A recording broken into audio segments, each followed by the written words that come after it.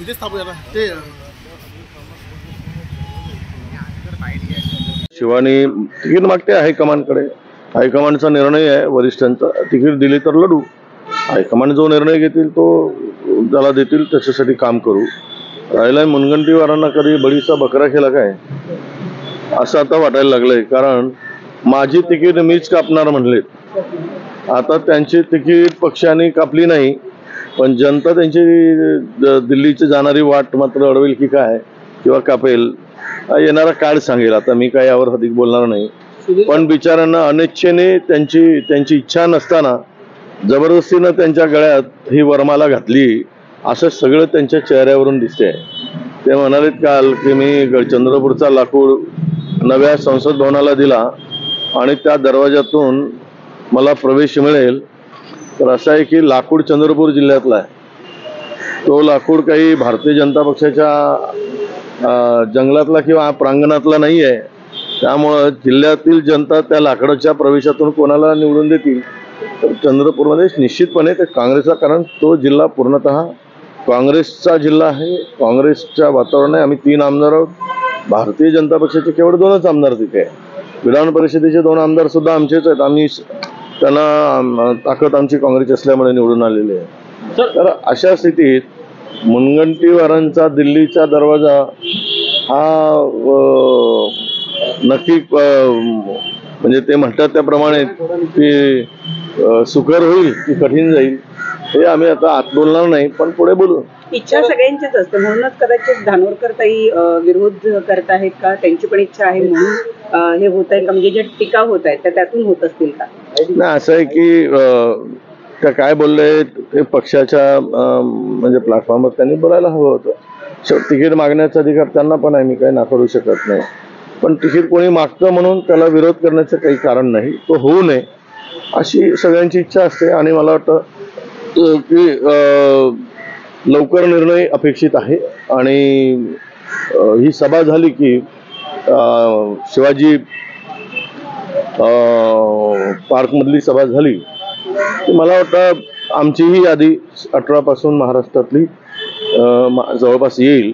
त्यावेळेस तो निर्णय झाल्यावर चित्र स्पष्ट होईल. पण एक सांगतो आपल्याला महाराष्ट्रातील राजकीय चित्र बदलणारी ही सभा ठरेल एवढं मात्र नक्की तुम्हाला सांगतो. ही इंडिया आघाडीची सभा आहे. इथे इंडिया आघाडीचे सगळे घटक पक्ष या सभेमध्ये उपस्थित राहणार आहेत. नेते उपस्थित राहणार आहेत आणि विरोधकांच्या म्हणजे सत्ताधाऱ्यांच्या उरात धडकी भरेल अशा प्रकारचं एकूण वातावरण आणि रिस्पॉन्स आमच्या राहुल गांधींच्या न्याय यात्रेला मिळतो आहे.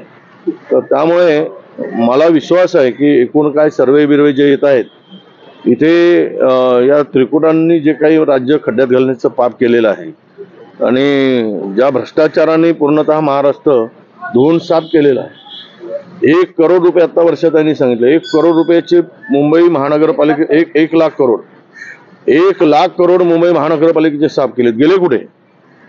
मर्जीतील लोकांना किमती वाढवून एक टेंडरची कास्ट जर 400 कोटी असेल तर ती कास्ट 6 महिन्यांनी 1200 कोटीची होते कशी? काय लूट चालवली. साप लुटून साफ केलेला आहे आणि भयानक भ्रष्टाचार.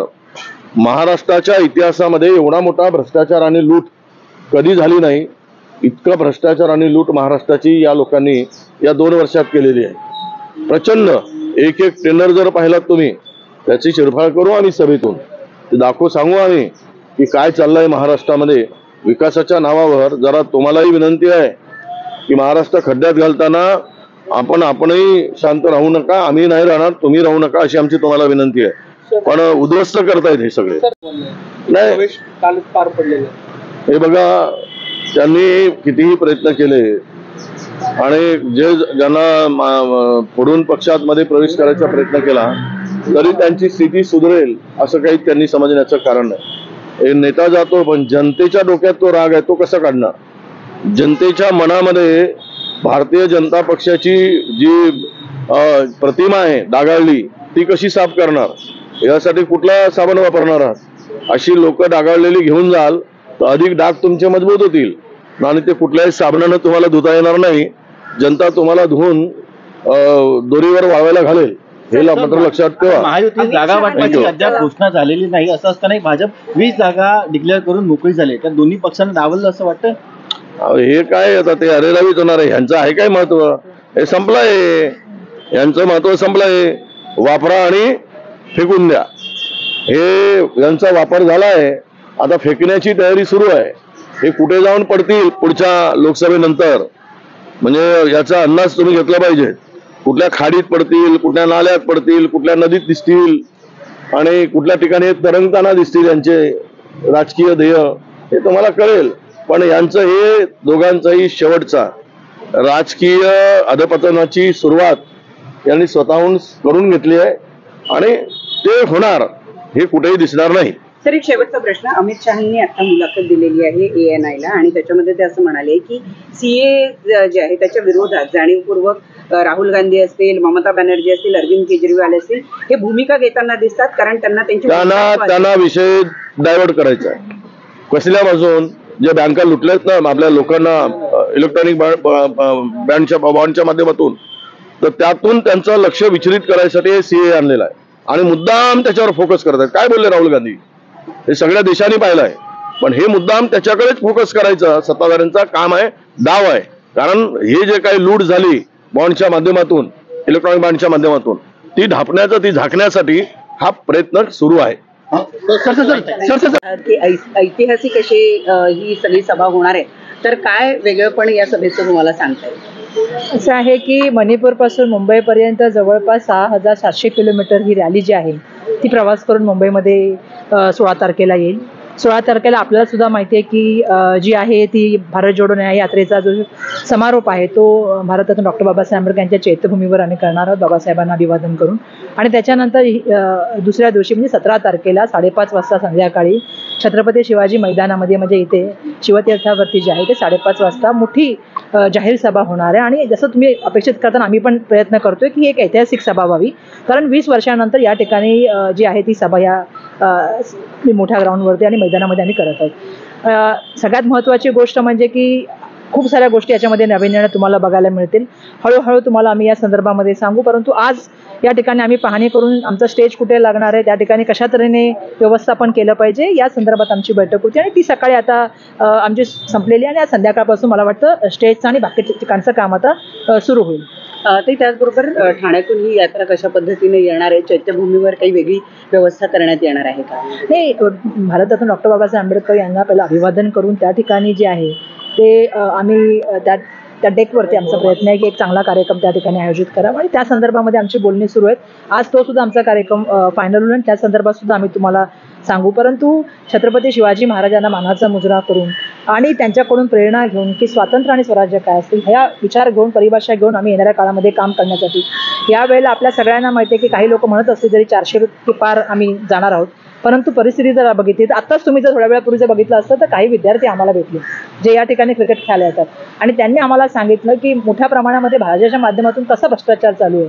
एक स्पर्धा आयोजित केली गेली त्याच्यामध्ये जवळपास 18 लाख लोकांना ते मुलांना बोलवलं गेलं क्रिकेटच्या स्पर्धेमध्ये आणि प्रत्येकाकडून 1200 रुपये घेण्याचं काम झालं. एवढा मोठ्या प्रमाणामधला घोटाळा आणि त्याच्यामधली जी 350 मुलांची यादी काढली शेवटच्या त्यांच्यावरती ऑप्शन होणार होतं त्याच्यामध्ये त्या मुलांचं नाव होतं 2-3 मुलांची नावं होती त्यांची नावच त्या ठिकाणी झाली नाहीत. त्यामुळे आपण जर बघितलं तर युवा बेरोजगार तर आहेच पण त्याचबरोबर खेळामध्ये पण अशा मोठ्या प्रमाणामध्ये भ्रष्टाचार व्हायला लागले आणि ज्या ठिकाणी भाजपाचं काम चालू आहे अशा वेळेला आम्ही त्या ठिकाणी न्याय घेऊन येत आहोत. मुंबईमध्ये प्रत्येकाला घर मिळालं पाहिजे ही आमची भूमिका आहे. त्यामुळे या सगळ्या कार्यक्रमामधून आम्ही ह्या गोष्टी बोलणार आहोत. मुंबईकरांचा आवाज आम्ही त्या ठिकाणी मांडण्याचा प्रयत्न करणार आहोत. मुंबईमध्ये तुम्हाला माहिती आहे की आज मोठ्या प्रमाणामधले सगळी कॉन्ट्रॅक्ट ही आपल्या मित्रांना देण्याचं त्या ठिकाणी काम सुरू आहे. 2 वर्षामध्ये 1 लाख करोड रुपये खर्च झाले. मुंबईकरांनी हा सुद्धा प्रश्न विचारला पाहिजे की हे पैसे कुठे खर्च झाले आणि मग सगळे विविध मुद्दे आहेत. आता मोठ्या प्रमाणामध्ये टेंडर निघतात ते टेंडर कोणाला चाललेले आहेत या सगळ्या विषयावर येणाऱ्या काळामध्ये आम्ही बोलू आणि त्या सभेमध्ये याचा उल्लेख करू. या सभेतून लोकसभेचं रणशिंग फुंकलं जाणार आहे. इंडिया आघाडीचे कोणकोणते मोठे नेते, राज्यांचे मुख्यमंत्री या सभेला येऊ शकतात? नाही, बिलकुल त्या संदर्भामध्ये आता आमची 1 वाजता मीटिंग होणार आहे आणि आम्हाला लिस्ट प्राप्त होईल. पण मला अपेक्षा आहे की भारी संख्येने सगळे मुंबईकर, महाराष्ट्रातील जनता या बिलकुल देशातली जनता या ठिकाणी या जाहीर सभेमध्ये सामील होईल. कारण यावेळेचे इलेक्शन, जसं मी सुरुवातीपासून सांगते, की देशाचं संविधान हे लोकशाहीसाठी खूप महत्त्वपूर्ण आहे. त्यामुळे माझं सर्वांना आव्हान आहे की मोठ्या प्रमाणामध्ये मग NGO असतील, समाजसेवी संस्था असतील, प्रत्येक नागरिकाला माझं आव्हान आहे की ह्या देशाला जर आपल्याला एकत्र ठेवायचं असेल तर ही सभा याच्या माध्यमातून आपण रणशिंग फुंकणार आहोत येणाऱ्या लोकसभेच्या इलेक्शनचा. मुंबईतला एक प्रश्न होता. काल भाजपची यादी जाहीर झालेली आहे. मुंबईत 2 जागा ज्या आहेत त्या देण्यात आलेल्या आहेत आणि